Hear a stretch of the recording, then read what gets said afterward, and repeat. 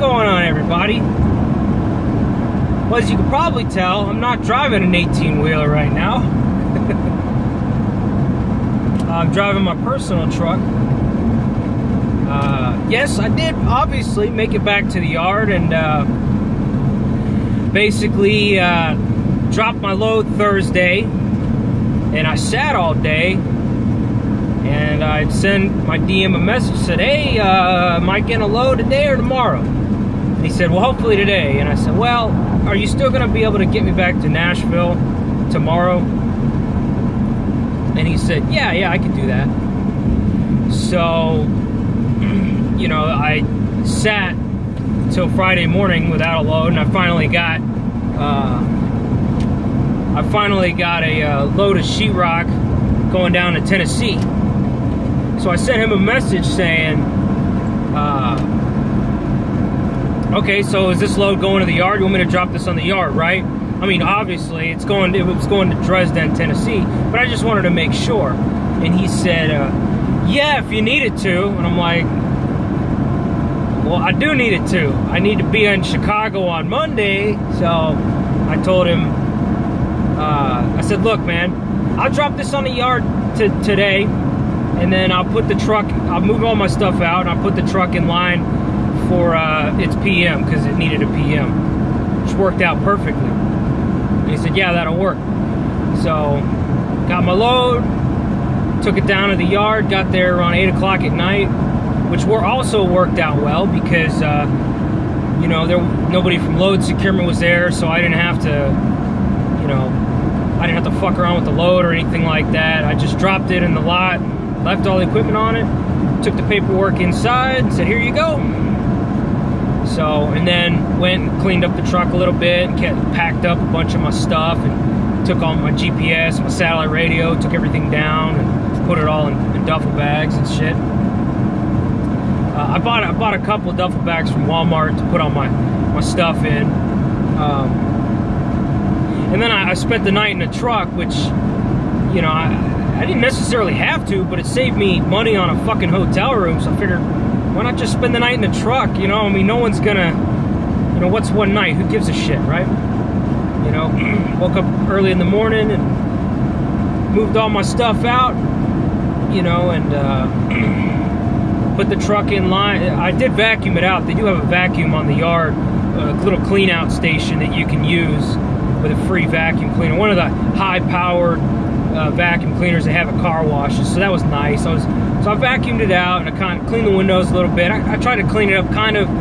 It's not as clean as I would normally clean it, but it's relatively clean. You know, it's not fucking filthy or anything like that. So whoever gets it, you know, it'll be ready to go. And I put it in, filled out the paperwork to put it in the shop for PM. And she said, you have an appointment for that? I'm like, no.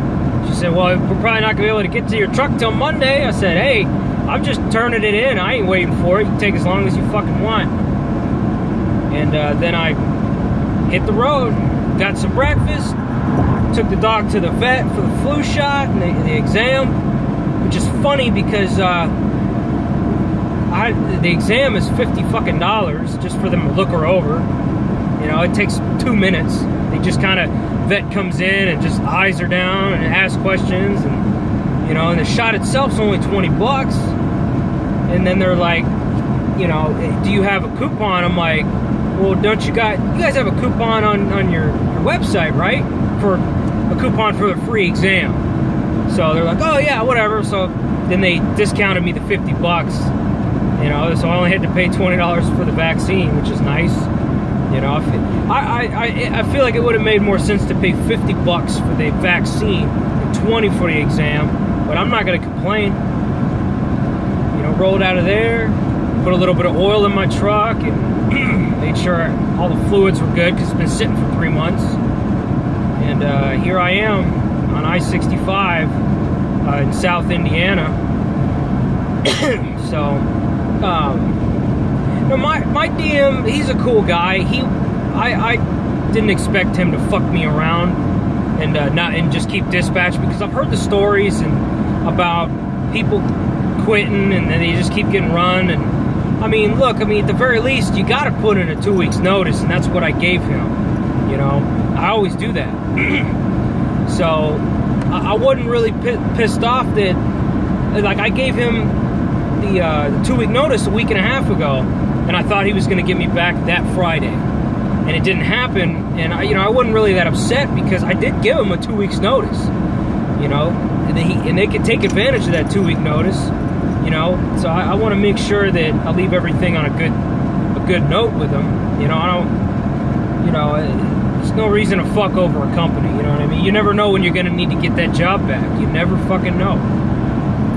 Even for a shitty company, even, you know, I mean, there's one or two companies that I left. I'm like, I'm never gonna fucking work for them again. You know, I still gave them a 2 week notice. You know, might as well. But no, I mean, if it had worked out to where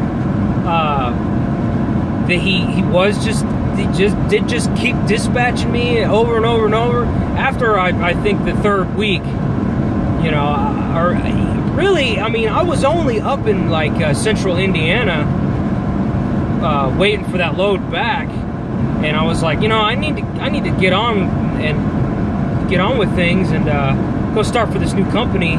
If he wouldn't find me a load by like noon yesterday, I probably would have sent a message, say, look, man, if you can't find me something, I mean, it's only 250 miles back to the yard. You know, it is what it is. You know, that's not that fucking far.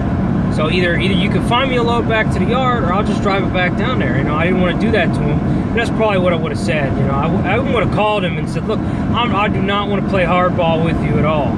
But, you know, the facts are facts. You guys have had a week and a fucking half to make sure that I get back to Nashville on time. You know, and that's plenty of fucking time. There's loads going all over the place. You know, you can't fucking tell me we can't find anything for you. You know, you mean you can't...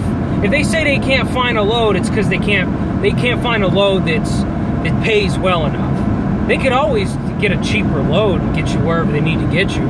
But, you know, that's usually what it is. You know, we can't get you to Florida. We can't get you to Houston. Well, shit, you can. You absolutely fucking can. You may have to take a $1.20 load or a $1.40 load or $1 a mile load or something like that. You know, but you may even break even on the load. But it is what it is. You know, you got to get your people to where they need to be. But I didn't have to deal with any of that shit, you know. So, I mean, you know, if you do your best to just treat the people you're working with and working for, you know, with as much honor and respect as you can possibly give them, even if they don't fucking deserve it, you know, if you just do your best to do that, you know, I don't know about everybody else, but personally, I found that, you know, things tend to work out. You know, if you're polite and you have good manners with whoever you're talking to and whoever you're dealing with, you know, then things tend to go my way. You know, whether I'm getting pulled over by a cop or having to deal with a payroll department or the bank or whoever the hell, you know, I try to be really, really nice, and, you know, people appreciate that. Sometimes they'll whatever you're wanting, they'll try a little bit harder to make it happen because you've been, you know, so fucking good with it. I've gotten out of ticket after ticket after ticket just because I was polite and respectful to a police officer, and I didn't argue, and I wasn't a fucking asshole and cussing at him. You know, and I've gotten out of so many fucking tickets that way, and they've even told me, look, man, you've been really cooperative with me today. For that, I'm just gonna give you a warning. You know, ain't that fucking hard, you know? Thank you, sir. Appreciate it. You know? But anyways, so I'm on the road, man. In a couple of short hours, I'll be running through Indianapolis, and I'm gonna make a little detour when I get up to the south side of Indianapolis. And I'm going to do something that I've been wanting to do for the last, you know, maybe 10, 15 years. I've been living in Houston, Texas for 15 years now. And I've always wanted to go by the house that I grew up in as a kid, because I grew up on the south side of Indianapolis. And I'm actually going to, 65 North runs right by where I grew up. The apartment complex that I grew up in, and the house that my parents used to own back in the day, before they got divorced and all that shit. But I'm gonna go just take a look around my old neighborhood, my elementary school, and, you know, see how the neighborhood's changed, and see if, maybe just try to see if, you know, any of the old neighbors are living there. I mean, that was, fuck, the mid-90s? So what was that, 20 years ago? So I figure everybody's probably moved away by now. But, so yeah, it's been about 15, 16 years since I've been in Indianapolis. That's when we moved down to Texas. So I'm gonna get to go take a look around where I used to ride my bike as a kid, shit like that. So I'm looking forward to that. I've been wanting to do that for a long time, and now I get the opportunity to do it. So, and then after that, you know, I'll take a look around for an hour or two, and then drive the rest of the way up to northern Indiana, and I'm gonna stay at the shout out to the Motel 6, pet friendly, no pet deposit. I was looking at hotels that were pet friendly, and, you know, they're all like $100 non-refundable deposit, $100 deposit, $150, $50, all these non-refundable deposits. I'm like, God damn, I don't want to spend $100 fucking just to have my, you know, she doesn't tear shit up. She's not going to chew up the furniture or anything.